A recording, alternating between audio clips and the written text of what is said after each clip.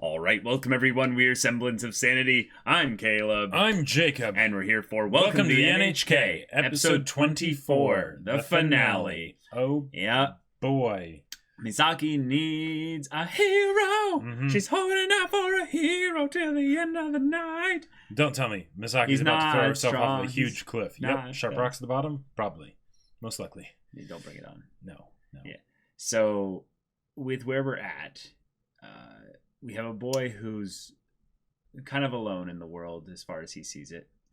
We have a girl who is also feeling alone in the world as far as she sees it.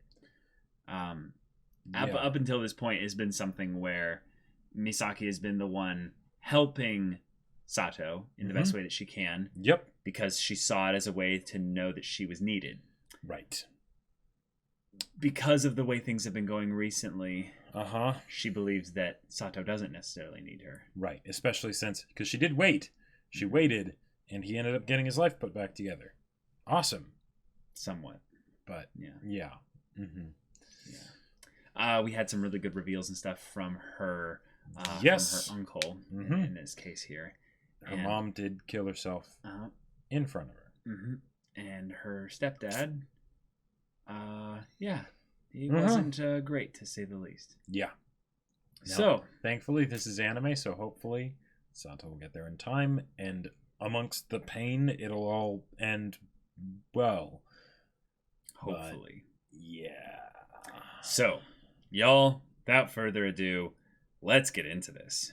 Oh, no, it's not. Guess last time was the last time. 追いつけるのか。寂しいよ。俺に美咲ちゃんを止める資格があるのか。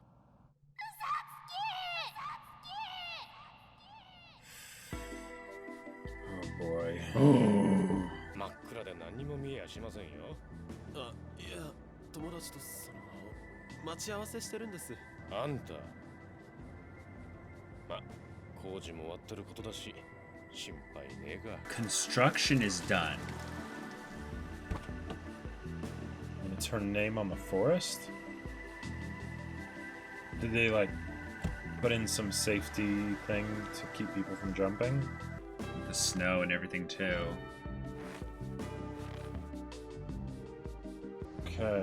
Okay, I don't see her, but...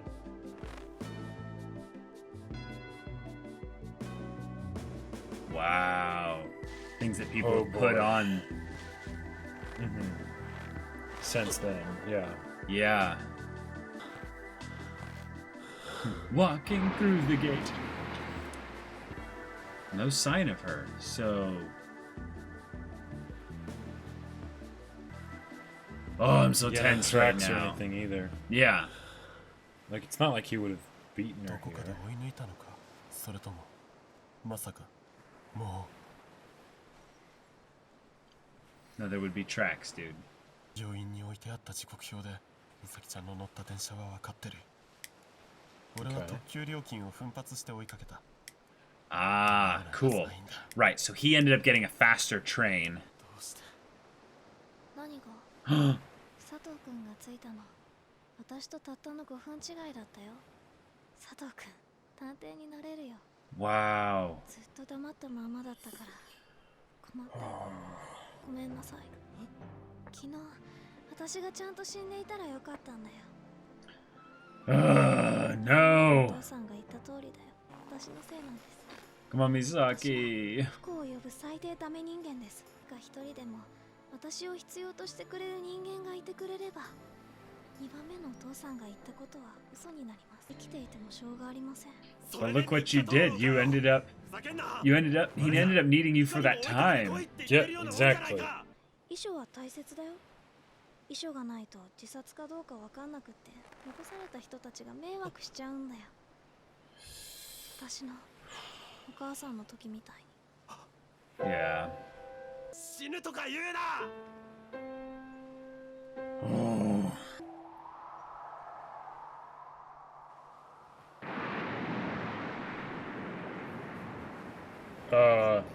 Yeah, he's grabbed a leg. Okay. All right. I hope that... Okay. All right, the railing was new construction, so it held. Oh. Oh. Oh. Oh, she snapped out of it. Oh. 悪いこと全部神様のせいにできるのに。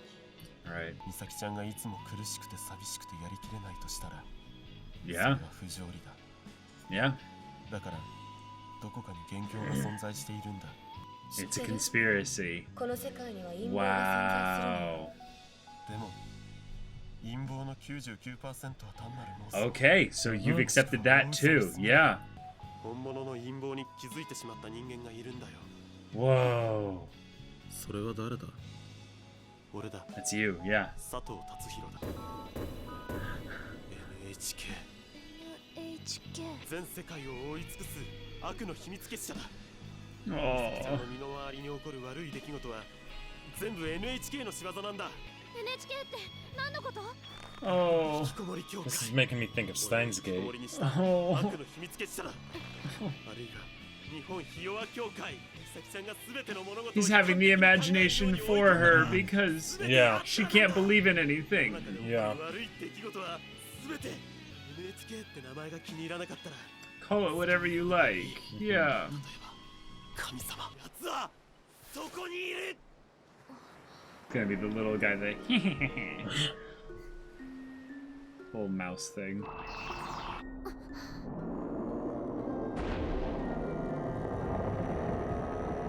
俺はもうダメだ。だがただでは死なない。奴も道連れにする。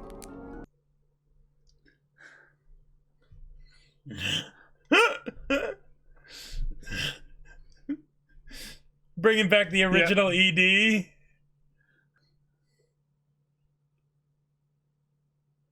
Come on, Sato, don't do it.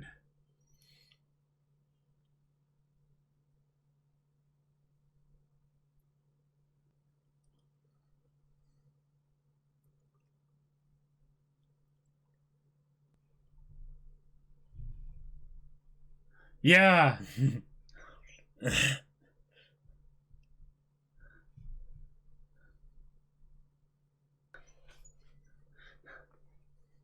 Ah. Oh, come on. Come on. Not really though, right? Just in the pretend, right? 工事も終わってることだし Wait, Oh! They've got something underneath that'll protect them. like a net or something? Yes! Yeah. なんだよこりゃ。工事も終わってることだし Oh! Okay. Oh, that. 意地で Wow. も死なせないつもりかよ。泣きたいのはこっちの方だ。 Okay. Okay, okay, okay. Oh.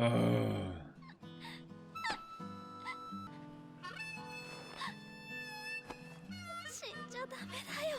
Oh, okay. Okay.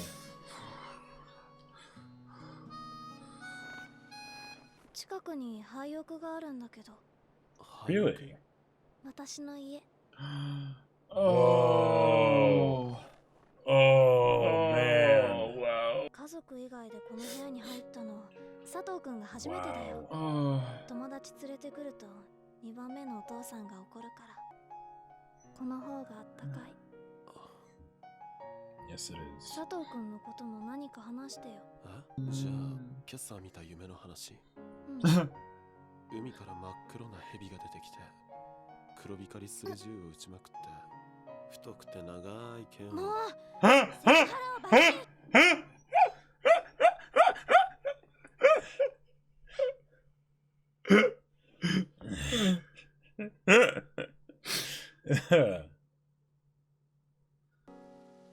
Wow, we go straight from snowfall to peach blossoms. 僕もしかしたら近々結婚するかもしれません。 Oh. こっちに戻ってきたらこれがいきなりビンゴ。 Ah 僕のこと気に入ってくれたみたいでもうラブラブなんですよ。佐藤くん。 Oh. Okay. Okay. Oh. All right. awesome. マイホームは豪邸です。 Holy 私 crap. の人生順風満帆です。やだやだ。めんどくせえ。Gotta go to work. Mendokse. Yeah. ダメだダメだ。 Yeah, but they're still there. Yeah, they're still there, Mm-hmm. and yet he's putting one foot forward in front of the other. Yep. He's in a new place. One day at a time, one step at a time. He's living in a new place too. Yeah. 俺も適当にやっていくつもりだ。ぼちぼちと頑張っていくつもりなんだ。 Oh. だっておじさんおばさんがここで佐藤君と会ってる間 No. に死んだってなんか佐藤君 Aw. が座るの Yes, I Aw. called it. I freaking called it. 中退。俺は大学中退。 Oh. ないか。誰にだってわかる。 Wait. So it's schoolwork. Yeah. Oh. 佐藤君よりいい大学に入ってやるんだから That's awesome. Oh. I thought it was like the character stuff and like Yeah, the uh-huh. you know the mental health stuff, but no, it's like actual like education, higher education stuff, and Mm-hmm. oh, 私も考えたんだよ私の NHK your NHK, 佐藤君の活躍で悪い神様は滅びました Mm. でも evil goddess 悪はい perished. つまた復活しないとも限りません Right. そこでつまりお前が死んだら俺も死ぬぞこらということです Oh. そうするとあたかも冷蔵庫 Just like the face off during the 恨み合い Cold の War. ごとく死にたくても死ねなくなるんですいつまで持つかはわからないけど、できる限りはやってみるさ。 Okay. Yeah. Yeah. Yes. Oh. Awesome. Okay. 佐藤君も私も NHK にようこそ Roll Nice. credits. Yep. Yep. Uh, Okay. okay. That's the show. Yep. That's the show. I wonder if NHK first created the whole idea of we'll be hostages together kind of a thing. Because that was the same thing with in Steins Gate, you know? And Steins Gate came out after this. I mean, I don't know. But I wouldn't be surprised if like it was something don't that know. this was also, you know, drawing from. I don't know, because a lot of this show is reflective in a lot of ways of what it's like for those on the fringe of Japanese, you know, society. So it might be more of a reflection of something going on there than a thing that originated here. But I mean, we'll see. Like, we can go and Google that. All right. Okay. That's Yeah. it. That is That's it. that's it. Yep. By the way, there's going to be all Ugh. this discussion and stuff, but make sure to stick around to the end to hear about the show that's going to be replacing NHK. Yes. Yes.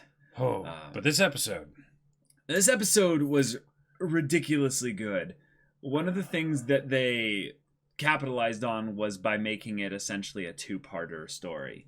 The first part of the story is them basically coming to grips with everything regarding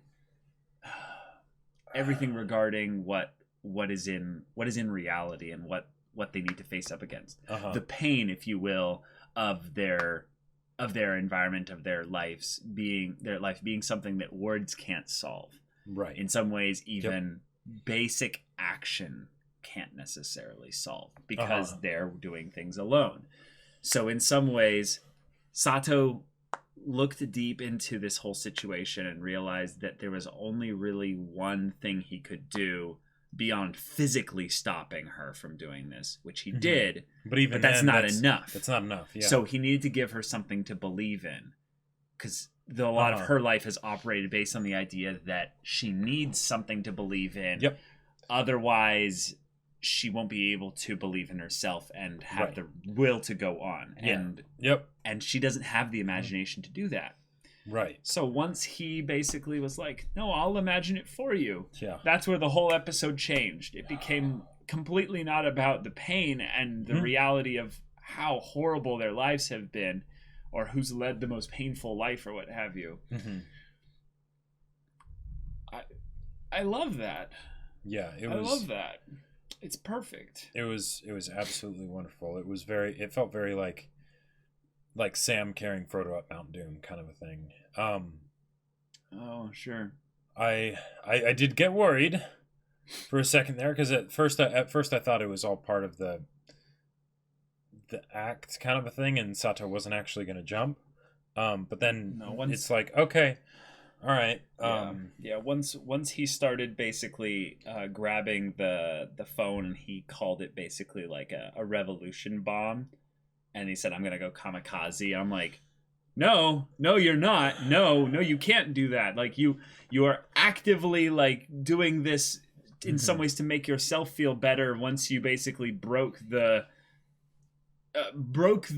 one barrier that was kind of holding you back from being convinced that everything was a conspiracy, because he did think that at one point. Yeah. And so this was coming from a place that wasn't just an act. It had to come from some place that was real. So it was like, the conspiracy that he pushed back at the fringes of his mind that was actually the thing plaguing him. He let it in and basically let it consume him. So in the moment he believed it, and she was so convinced by it that she ended up seeing it as well. His act, if you will, was actually real. He believed it in that moment there. So then he goes out to basically be like, okay, I did all I needed to do, and I can't live believing like this. So I'm going to basically be like, yes, that means I can be a god, I can be a hero, I can be the savior of her world, or what have you. Live on without me, you'll do great. No. That's not how it works. That is so not how it works at all. And I love that it would be something that would make sense for the community of the people that live near here to build the net, because once people get over the fear that their body would trigger them into on the fall, they hit the net, and then it gives them basically that opportunity to take a second look at it, which I would say for a lot of people that would actually help a little bit. One of the things, and also just the idea that if they're lowered down at that point, you don't have the advantage of being able to think like, oh, I'll die when I hit the water. You know, like drowning's not a good way to go.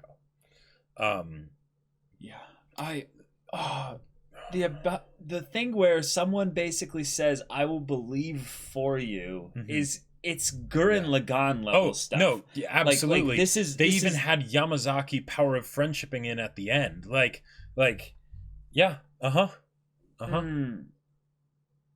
this is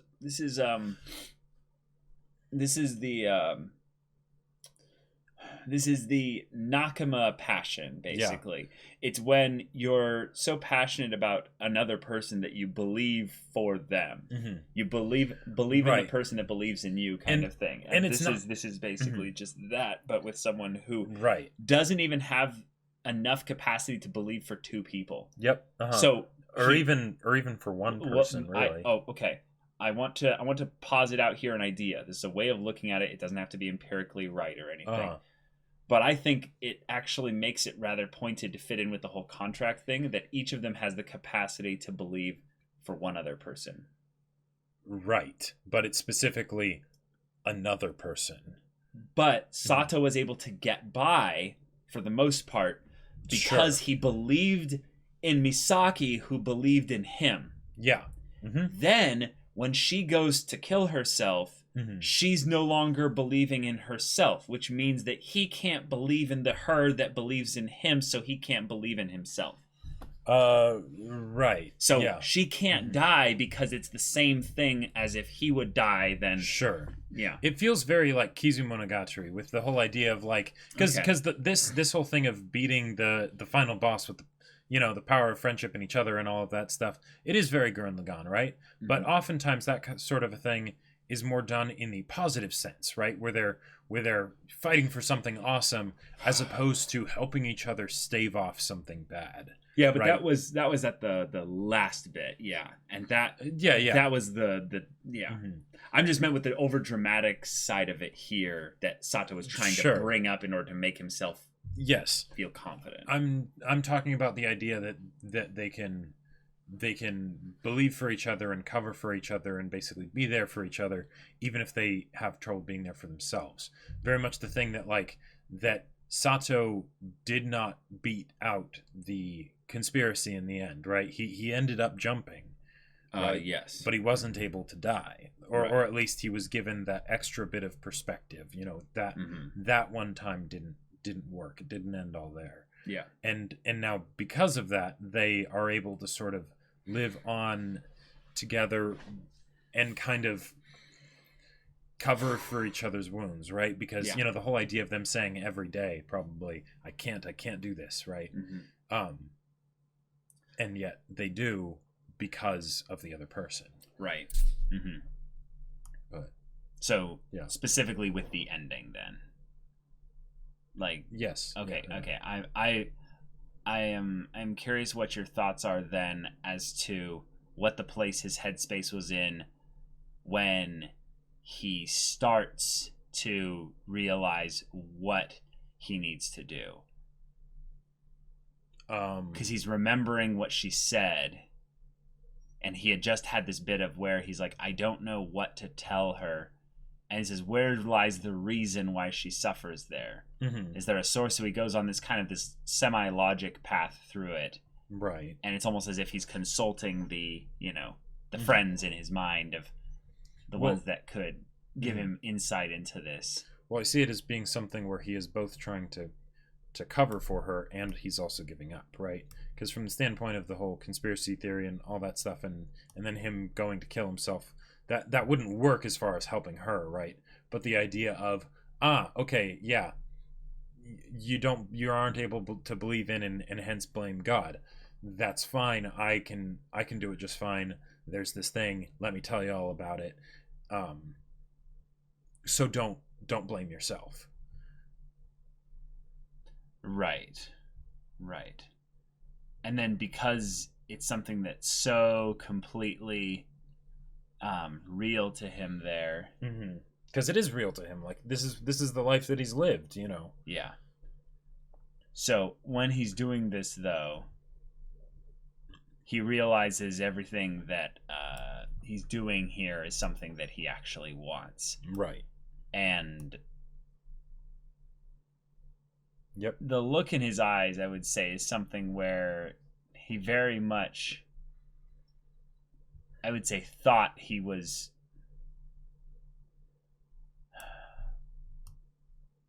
I think he was at least happy about his decision, but I can't tell how much of it was based on whether or not he was going to be free or whether he was going to be saving her. I think it was because he was going to be free. Like because he mentions literally I am doing this I'm about to die for Misaki, the girl I love. Right, but the thing is that he's not thinking about it really, because if he did think about it, then he would know that this would absolutely not help her. It would just make things worse, right? But we're assuming that he's thinking at all? No, but that the underlying reason, he might be deceiving himself on what that reason is, but the true underlying reason is that he's doing it for himself. Okay, I think because that's the aspect of him giving up, right? But there's a possibility for people to be in like self-deception, right? So definitely, I'm bringing up the point. I'm not arguing that, right. I'm just bringing up the point that they're the reason why he's consciously doing this, not the reason that he tells himself for why he's doing this. Yeah. Like do you think that because I think in some ways we're kind of just debating vernacular, but do you think that the reason of him doing it for Misaki, do you think that is something that actually goes deep, or is just something that is sort of an in the moment thing? I'm trying to I'm literally putting those two against each other and saying, which do you think it's more of? And you're saying it's just he's doing it for himself, like he's doing this to be free. I'm trying to figure it out, basically. I'm trying to look into the dialogue here, the internal stuff that's going on here. Because this is something that Sato's wanted to do since the beginning of the show, right? Like he's wanted it to end because he's hated the situation that he was in. Even getting out of Hikikomori, it's something where it is so painful for him that he doesn't really see much purpose to it. So then there comes an excuse, essentially, a way that he could make it all feel a lot better. Make him feel better about it, where he's not giving up. He's actually doing the noble thing, right. Which is I mean, yeah. yeah. Okay, I'm with you. Okay. The net, and then I guess the "Don't look, what are you crying about?" I'm the one who feels like crying, and this being such an embarrassing thing. Oh yeah. And then him crying over the edge of the net, and moaning, and right. Because I feel like it's one of those things where it's like, because the fact that he was embarrassed by that, it's like he feels ashamed of it because he realizes that this is not something that was, noble and done for her sake and whatnot. Right. Even in this point where she was in such a low place. Yeah. I gotta say, though, I absolutely loved this episode. My favorite standout moment of the entire show, as far as like not a scene, but like a specific bit of a scene, is this bit right here where they quietly have him sitting there in despair after she drags him over to the side, and then the animation just slowly but surely shows her just like tugging on his knee, like trembling, slapping his head in the most like exhausted, tired, angry, just broken kind of way. That animation is just so perfect. And when she ends up like scooching towards him and then grabs his coat, I'm not sure whether she's gonna push him, whether she's gonna hug him, or whatever, and she almost doesn't seem like she knows. She's sort of just rocking him back and forth. It's just beautiful. And at that point where she says, "You can't die, don't you dare," then the snow starts to fall, covering up the tracks.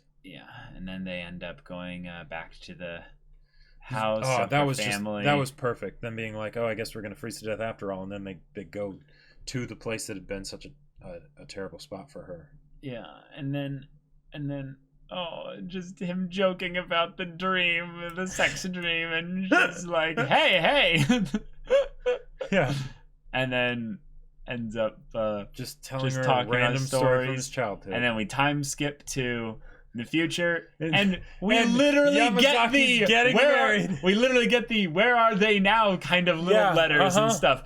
And I feel vindicated. I feel so happy that freaking Yamazaki is getting happy, that he is like actually like finding this sweet little something in the midst of the area that he didn't expect his life to go in the direction of.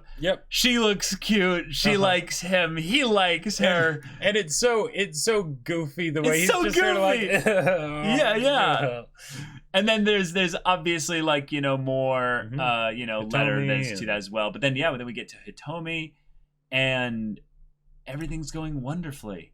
And this is something that is really painful. Their lives are going to continue on in a completely different direction from Sato's. So his response of "unbelievable, everybody I know," just the idea that like, it's kind of funny, and then you think, they're all going on without him. I mean, he's totally going to go to Yamazaki's wedding, but I mean, yes, absolutely. He's going to be like, a friend of like, Uncle Sato or what have you to the kids and what have you. Let me tell you about the time that me and your father, your father is a grandpappy, degenerate weeb. It's like a degenerate weeb. He's still a degenerate weeb, Yes, but we made a hentai game. And he's like, God damn it, Sato! Like, don't tell my kids. Don't tell them that. You hits him with a cane. Oh, that would be really old, but I like, though, that they made a big point of showcasing that his demons are still there, and all that is still there, and yet he's still pushing his way through this. I like that he's in a new location. I like that in some ways it was a bit of a time skip between this, because there's a lot of things that he had to, take little steps in. But as far as where he's at, he is basically in the exact same place as far as his mental health is. He has a good connection with Misaki, so he's able to communicate better on things like this. But he still has to deal with his own inner demons, and that he didn't solve all his problems. He didn't even really solve any problems. His problems didn't go away, but his response to them changed. The thing that I think got me the most about this ending bit after they left the snow, is seeing the cat's grave, and it has the flowers on it. Oh, Like yeah, that have grown there.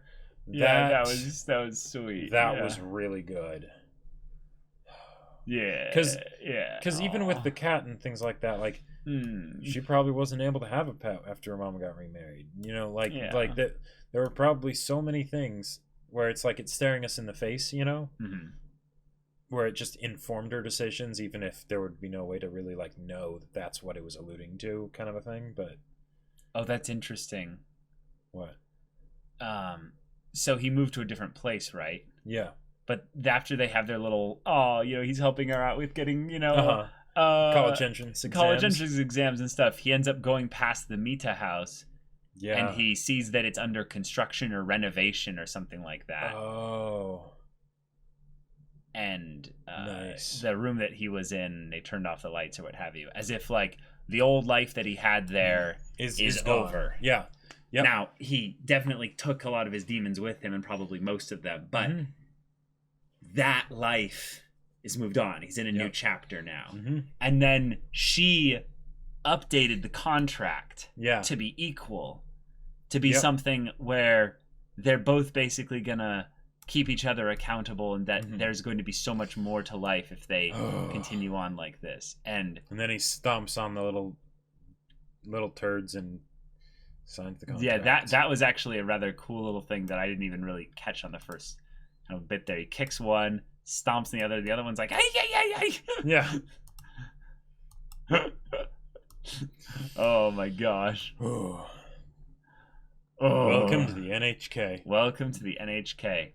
I love also that there is a very real acknowledgement that in the moment he needed to convince her with his imagination to believe in something that's not real in order for her to stop blaming herself in the moment there. But there's a very clear acknowledgement that when we get back to Misaki, she says, I thought of what it is, what my NHK is. And I had never really thought about this, but this is something that's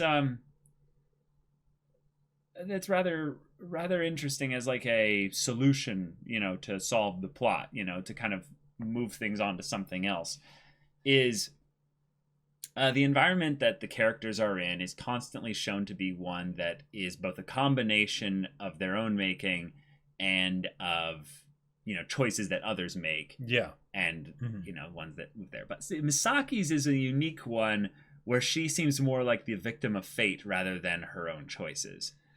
There were a couple things that they showcased that after that whole backstory thing had happened, because we didn't see the moment by moment stuff going in with that, that hers was a lot more of her environment coming against her in that case. Sato's is a little bit more, I would say, nuanced and complicated. So in some ways, she really needed an NHK in order to be able to separate the causal kind of blame that she was putting on herself for her environment.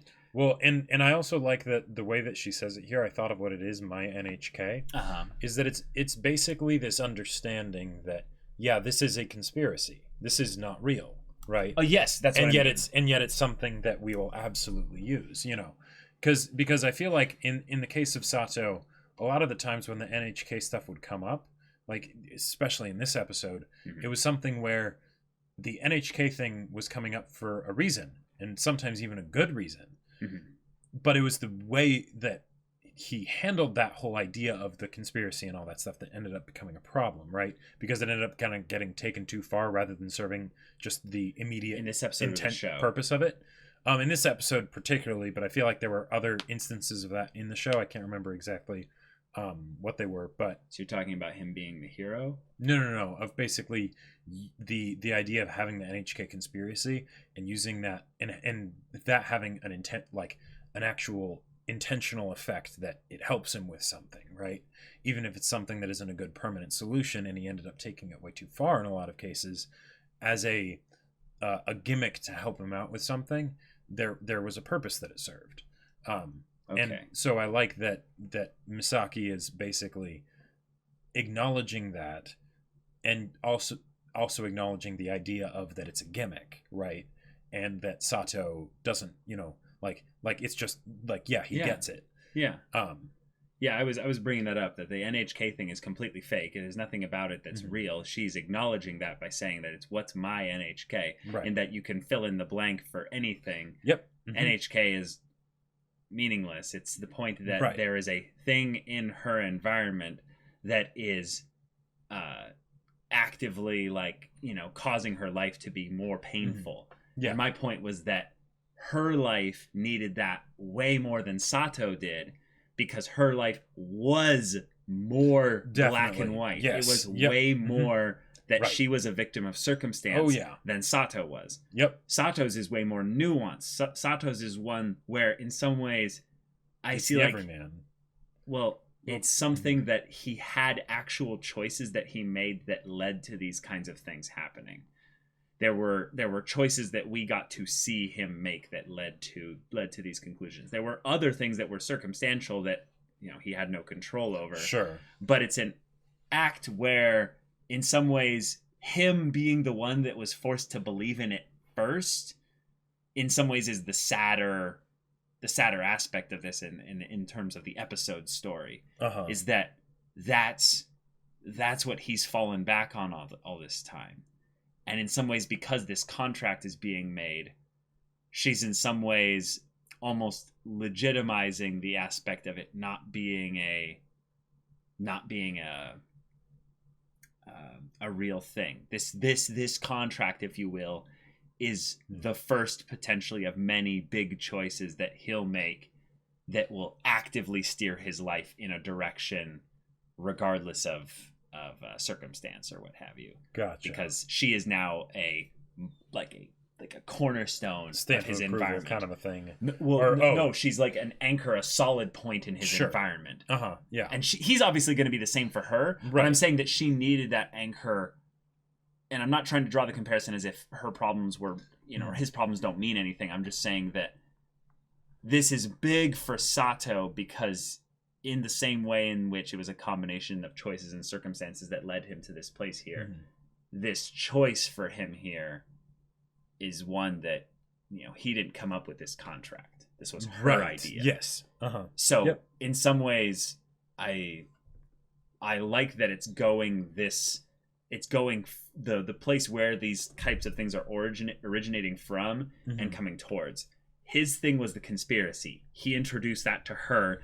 She accepted it for what it was, used it as the tool and that it was, to then apply that way of thinking into the contract, which she then offered to him that they would do together. It's these moments where basically they each made a choice in this episode that went from themselves to the other person, binding them together a little bit more. Yeah.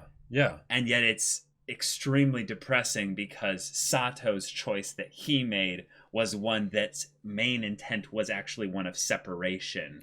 Yes. And it would have probably eventually claimed him again at a future point if she did not then take what was learned from that moment on the promontory, give him the opportunity of the contract, and now they'll basically be able to hopefully keep each other honest and connected for the future. It's just that aspect of choice versus what wasn't a choice, and then where the choice came from. But yeah, really good episode, really good end to a show. I looking back on it, when the show started out, I mean, they got heavy, deep, and real pretty quick, and there was a part of me that figured it would go this way somehow, like when they established, that Sato was suicidal at the beginning. But this was handled very well. Because it feels like it's something that comes from a place of understanding the concept, right? And personal experience with this kind of struggle. Because there are plenty of stories out there that will bring up suicide as a motif. They'll have it be referenced, in a story. But this is one of the better explorations of it that I have ever seen.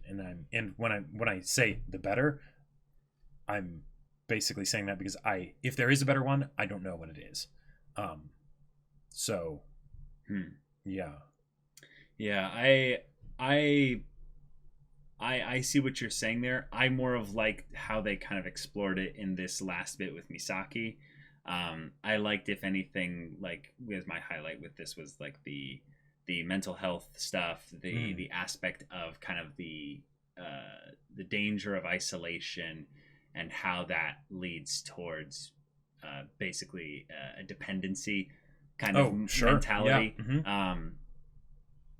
I still kind of look back at certain aspects of the show, how it handled suicide and stuff, as having like really high highs at certain moments, and then other moments where I was kind of unable to follow along. Sure, with maybe the it's that this show ties so closely to that, as just like it's a pretty fundamental aspect of this show, you know, and exploring that as a for subject matter.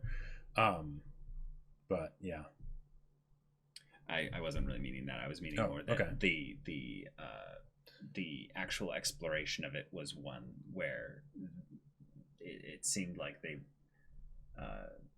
weren't willing to keep it. I'm just more thinking that part with the cliffside with Hitomi and stuff like that. Oh, gotcha. Yeah, I mean, well, there's definitely the extreme examples and portrayals of things because it is anime. Right. But I'm just saying I really loved the way they did the finale. Yeah, okay. Specifically with regards to Misaki and Sato's relationship dynamic and stuff like that, because in some ways they tied everything back together with where the beginning of the show kind of brought us into Sato's character, and then when Misaki slowly got characterized over the course of the show, all the things that led up to this point tied in really well, and in that respect it felt like that was where that motif thing that you were talking about ties in, is that the story was ultimately about Sato and Misaki's journey through this, helping each other out, being there for each other, being able to be feeling like they each needed another person and were needed. Yeah. Well, and also just the idea that it wasn't something that was only fought once, right? Like even if, say, you know, you didn't like as much the earlier parts with the cliff and Hitomi and everything, and I totally get that. Just the idea that it wasn't something where once one of them wanted to kill themselves or was about to kill themselves and was stopped the one time, that didn't mean that it was the end of it. Because there's, you know, reasons why people get to that low of a place. So I liked how that had to be drawn out and explored and focused on and dealt with. Yeah. And hey, there's multiple like positive things that we got from this, and that is not just that the journey is one that is not about endings. It's not about where kind of things, you know, stop or where we solved the problems, because as Sato said, none of the problems were solved. Right. If anything, this is a story about how people finding each other, and you know, since his main thing was, you know, him being a hikikomori, he, by the nature of being able to enter into a contract like that with a specific person, he's not necessarily free from hikikomori status or what have you. But if someone else was to look at him and, you know, be asked, you know, do you think this guy's a hikikomori? I think very few people would say yes. I think very few people would look at him and say yes. I think they'd be like, oh no, he's doing a great job. He's got work. He's got you know, kind of like a girlfriend, you know, of sorts. He might not be living in some mansion like Hitomi is, but he might not, you know, be necessarily super tied, you know, close to his family or anything like that, like Yamazaki is. No family farm. Right. Yeah. But he's putting one foot in front of the other, and I think that this ending is one that I really like, because it's showcasing that while there was a milestone put into the ground, like there was something, there was a big moment that happened. it is a thing where there will need to be steps taken from there in the future that yes, will not necessarily be always moving in the same direction. You will need to retread old paths. You will need to make sure to deal with the evil god if it reawakens or what have you. Hopefully, in that case, when that kind of stuff does happen, if or when or what have you, you'll have someone nearby like Misaki or Sato that can help you with that. Absolutely. So, yeah. But that's this show. That's Welcome to the NHK, y'all. And it was a very positive, heartwarming show. No. Super wholesome. Yeah, exactly. The next one, though, is definitely heartwarming and wholesome. Yeah, this is one that you have seen. I have seen. Caleb has not. I have not. The patrons voted for this show. Yep. And I almost wish we had gotten to react to it a little bit sooner, given what happened to... sure. Yeah, a lot of the people that worked on this show, but Kyoto Animations, Miss Kobayashi's Dragon Maid. Awesome. We're gonna be watching that. We're gonna be watching that next, and that'll be replacing the Thursday slot. So if you want to see the next episode's reaction for Miss Kobayashi's Dragon Maid, the premiere, go check out the link in the description below for our Patreon. You can get on early access there. You can watch full-length timer reactions there. And all this comes with Discord access, so you can chat with us and the community there about this show, about anime in general. And you can also talk with Jacob about the sci-fi novel that he wrote. That is very much correct. I wrote a sci-fi novel, and it's pretty cool. It's called Battle Lines, and it's available for purchase on Amazon. The link is in the description down below. It's in both hardback and ebook, so make sure to go check it out. Yeah, so if any of that interests you, we'll see you there. But until then, we're Semblance of Sanity. I'm Caleb. I'm Jacob. And we'll see you all next time.